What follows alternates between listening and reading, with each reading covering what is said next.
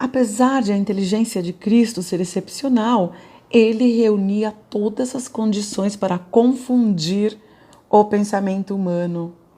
Ele nasceu numa pequena cidade. O seu parto foi entre os animais, sem qualquer espetáculo social, estética ou glamour. Com menos de 2 anos, mal tinha iniciado sua vida. Já estava condenado à morte por Herodes.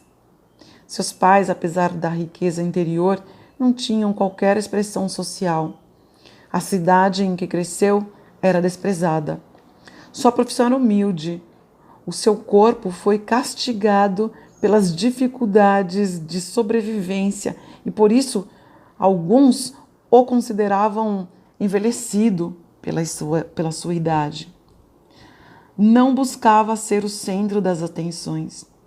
Quando a fama batia ali à porta, procurava se interiorizar e fugir do assédio social.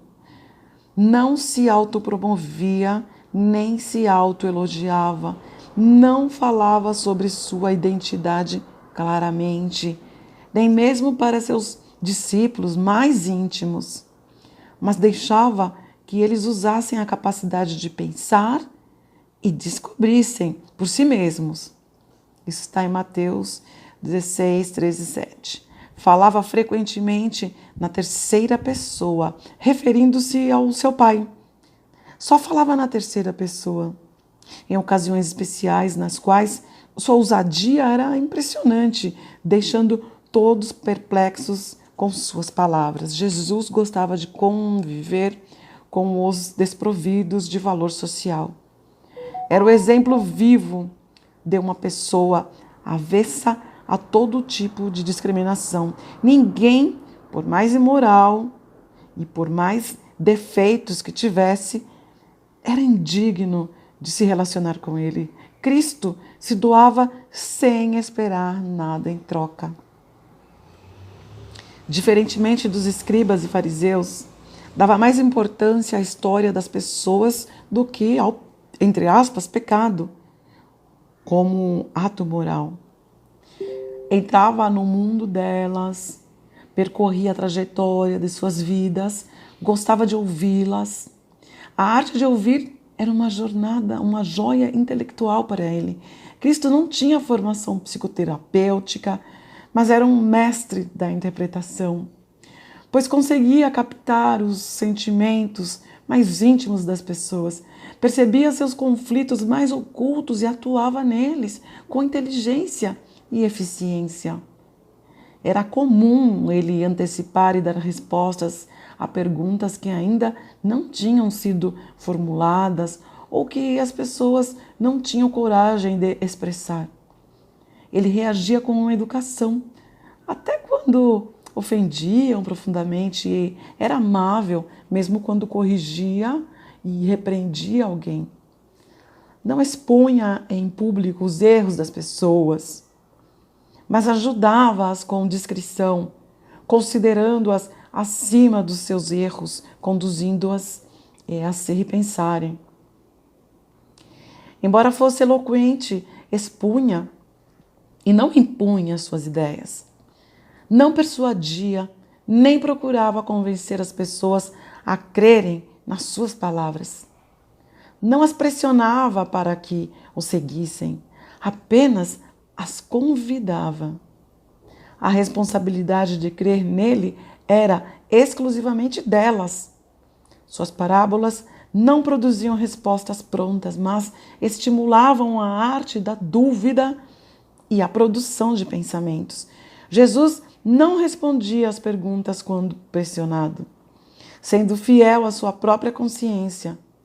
Embora fosse muito amável, não bajulava ninguém.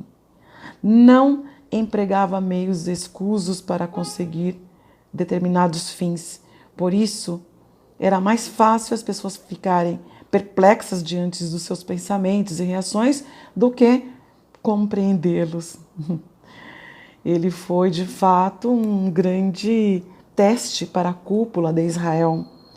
Cristo foi e continua sendo um grande enigma para a ciência e para os intelectuais de todas as gerações. Hoje, provavelmente, não poucas pessoas que afirmam segui-lo ficariam perturbadas por seus pensamentos se vivessem naquela época.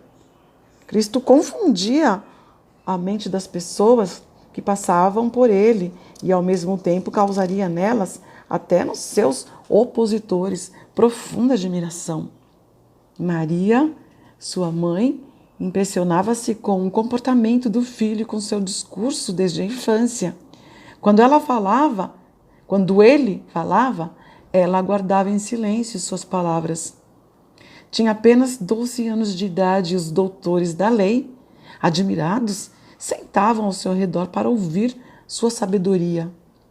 Seus discípulos ficavam continuamente atônitos com sua inteligência, enquanto os seus opositores emudeciam diante dos seus conhecimentos e faziam, entre aspas, plantão para ouvir suas palavras. Até Pilatos parecia um menino perturbado diante dele. Com a arrogância e o autoritarismo que lhe eram conferidos pelo poderoso Império Romano, Pilatos não podia suportar o silêncio de Cristo em seu interrogatório. A singeleza e a serenidade dele, mesmo diante do risco de morrer, chocavam a mente de Pilatos. A esposa do imperador, que não participava do julgamento de Cristo, mas sabia o que estava acontecendo, ficou inquieta. Sonhou com ele e teve seu sono perturbado. As pessoas discutiam continuamente a respeito de quem era aquele misterioso homem que parecia ter uma origem tão simples. Graças à sua intrigante e instigante inteligência, Cristo provavelmente foi o maior causador de insônia em sua época. Bom, é isso, vou parando por aqui, deixando você com essas informações e as reflexões e vamos tentando, não é, colocar em prática o nosso dia a dia segundo essas perspectivas. E amanhã eu vou começar a mesclar este livro com outro livro que fala sobre o Mestre do Amor, mesclando as informações de inteligência de Cristo e os seus atos amorosos. E a gente vai tentando nos dias de hoje, de grandes desafios, colocando em prática essas ações, percebendo que a mudança no planeta, ela vem através de cada um de nós, que a luz se ancora no planeta através de cada ser humano. Não fica esperando de fora, não fica esperando os milagres de fora, não dessa forma, se acomodando, não pensando, não refletindo, não indagando, não sendo curioso. Sim, a gente tem que ter curiosidade, tem que perguntar, tem que olhar para si, tem que observar no outro aquilo que incomoda no outro em você, ver o outro como seu espelho e transformar de dentro para fora, percorrer o seu caminho interior, o caminho da ativação da sua terceira visão. A terceira visão, ao contrário do que as pessoas pensam, que a terceira visão é só para expandir o olhar para fora, para ver, para ter evidência, né? Para adivinhar coisas, ver seres, ver espíritos. Não, muito além disso, a terceira visão é um caminho de visão interior para dentro de cada um de nós, ok?